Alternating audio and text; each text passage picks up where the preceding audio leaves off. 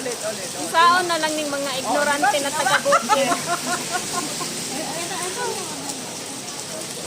May solo, tag 8. Pero may drinks na siya, tsaka may ganon.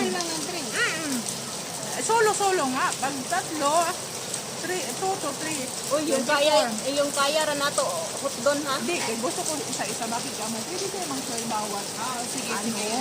Kasi kung iisahin ito, hindi mo natin ma-share. Pag isa-isa kasi, pwede natin i-share yung Iba-iba na lang na flavor. Iba-iba kayo natin. Ito, kunyari. Paano natin yan? Ayaw na naman lumaki. Ayun, laki na. Ayan siya, oh.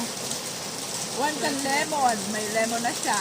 Tapos may garlic twist, oh. Hindi, ibig sabihin kung may iba-iba siyang flavor ng pizza. Meron yan. Ulit. O pepperoni. Hindi, doon lang sa isa. Sa solo. Marunong na ako magpaklik na eh. May salted pizza egg. Tapos, ito din yung mix seller nila. O, yan oh. 23 minutes. Pero dalawa na palang, Half half na pala Kanang to. kayang budget ra nato ha. Sorry na. Ayan siya oh. Dito na lang pa. Oh, pwede Pila rin. ka buk ang kuan. Ang sulod, half-half siya ng flavor. Nya ang creamy mushroom soup. Oo, dalawa.